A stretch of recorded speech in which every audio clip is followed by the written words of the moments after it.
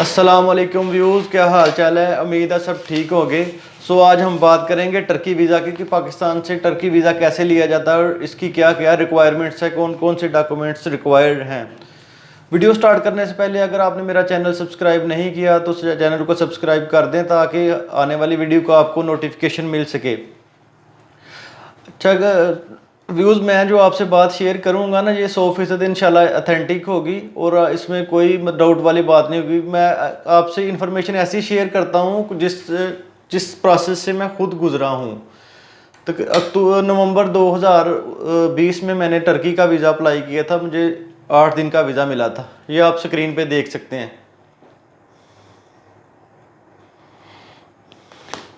इसका आज मैं आपको मुकम्मल तरीका बताता हूँ कि मैंने क्या क्या प्रोसेस किया, किन किन चीज़ें, कौन कौन सी चीज़ें लगाई, कौन कौन से डॉक्यूमेंट्स लगाए इसके साथ।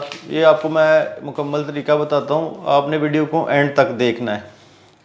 इसके लिए आपने सबसे पहले तो आपने एप्लीकेशन फॉर्म लगाना है। वीज़ा एप्लीकेशन फॉर्म इनकी वेबसाइट से मिल जाता है। उसके बाद आपने जो है इसमें आपने एक 2x2 की पिक्चर्स लगानी है। आम साइज से थोड़ी सी बड़ी पिक्चर होती हैं, वो लगानी है। उसके बाद आपने वीज़ा रिक्वेस्ट लेटर जो है ना, वो जिसको कवर लेटर भी बोलते हैं, वो लगाना है। उसके बाद आपके पास 6 महीने वैलिड पासपोर्ट होना लाजमी है। और उसके बाद आपने टिकट रिजर्वेशन लगानी है, होटल रिजर्वेशन लगानी है, ट्रैवल इंश्योरेंस। आपने जितने दिन जाना, मतलब आपने जाना 8-10 दिन के लिए, तो आप 15 दिन की इंश्योरेंस लगाते हैं। ये अब लाजमी है।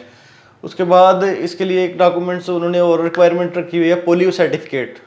ये किसी भी आपको सरकारी हॉस्पिटल से मिल सकता है, मतलब सिविल हॉस्पिटल से मिल सकता है। उसके बाद आपने लगानी है FRC। अगर आप सिंगल हैं तो आपने माँ बाप के साथ FRC सर्टिफिकेट बनाना है। और अगर आप मैरिड हैं तो बीवी बच्चों के साथ आपने बनाना है। इसको FRC को फैमिली रजिस्ट्रेशन सर्टिफिकेट बोलते हैं। ये नादरा से आपको मिल जाता है। इसकी मेरा ख्याल है 1000 या 1500 फीस होगी। उसके बाद आपने बैंक स्टेटमेंट लगानी है लास्ट 3 मंथ की। उसमें आपका 5 से 7 लाख बैलेंस पड़ा होना चाहिए वीज़ा अप्लाई करते वक्त। उस मतलब यकदम नहीं आए होने चाहिए, मतलब थोड़े थोड़े करके आपके अकाउंट में पैसे आए होने चाहिए। अगर आप जॉब करते हैं तो आपके पास जॉब लेटर होना चाहिए। बेहतर ये है कि आपके अकाउंट में जो है ना, आपकी सैलरी आनी चाहिए महीने की। उसके बाद आपने जॉब लेटर लेना जिधर से आप काम करते हैं, वो NOC लेटर भी, आप एक NOC लेटर लेना है उनसे, वो साथ लगाना है। अगर आप बिज़नेस करते हैं, कोई मतलब आपकी शॉप है या आप कोई बिज़नेस करते हैं, तो मतलब आपके पास चैम्बर की मेंबरशिप है, वो लगा दें।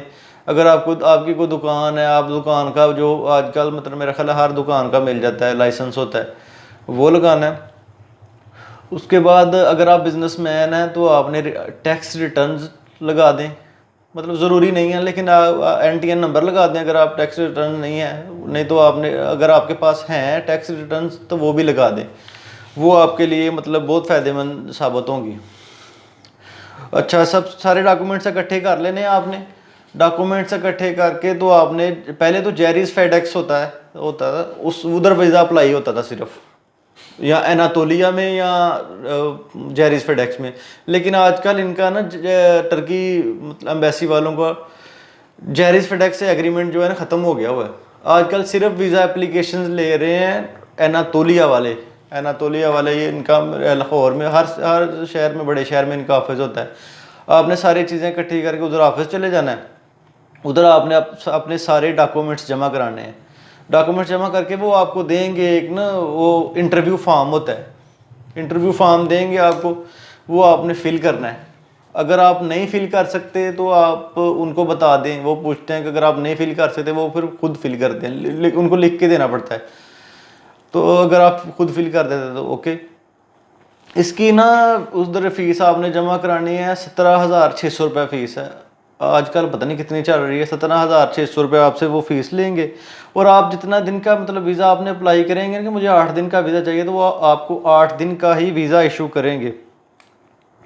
लेकिन एनातोलिया की सर्विस थोड़ी बेहतर भी है उनसे, क्योंकि मैंने लास्ट टाइम अप्लाई किया था, जब तो मैंने किया था इधर से सियालकोट से जेरिस की ऑफिस, उन्होंने मेरा 1 महीना लगा दिया। हालांकि मतलब वीज़ा ये 10-12 दिन में आ जाता है, क्योंकि ये जो इधर लाहौर में अप्लाई होते हैं ना, लाहौर कौंसलेट है इनकी टर्की वालों की, वो ये वीज़ा उधर से मतलब इशू करते हैं। तो जो अगर सियालकोट है तो सियालकोट वो इस्लामाबाद एम्बेसी में कागज़ भेजते हैं।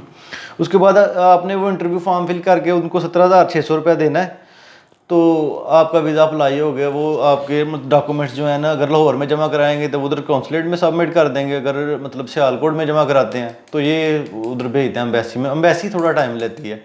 उसके बाद आपको दूसरे या तीसरे दिन इधर से कॉल आ जाएगी जैरिस के ऑफिस से नहीं, सॉरी, एम्बेसी से कॉल आएगी। वो आपका मतलब छोटा सा इंटरव्यू करेंगे फ़ोन पे, आप क्या करते हैं, कैसे मतलब कहाँ जॉब करते हैं, अगर आप बिज़नेस करते हैं तो कौन सा बिज़नेस करते हैं, ऐसी बातें पूछेंगे आपसे। तो वो कोई नहीं, एक मतलब फॉर्मेलिटी होती है।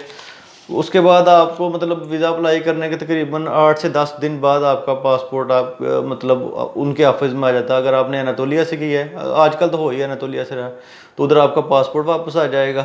तो अगर आप उनके जो भी डिसीजन होगा एम्बेसी ने वो उतने दिन में ले लेंगे। मज़ीद अगर आप और कुछ इसके बारे में जानना चाहते हैं तो आप मुझे कमेंट्स कर सकते हैं।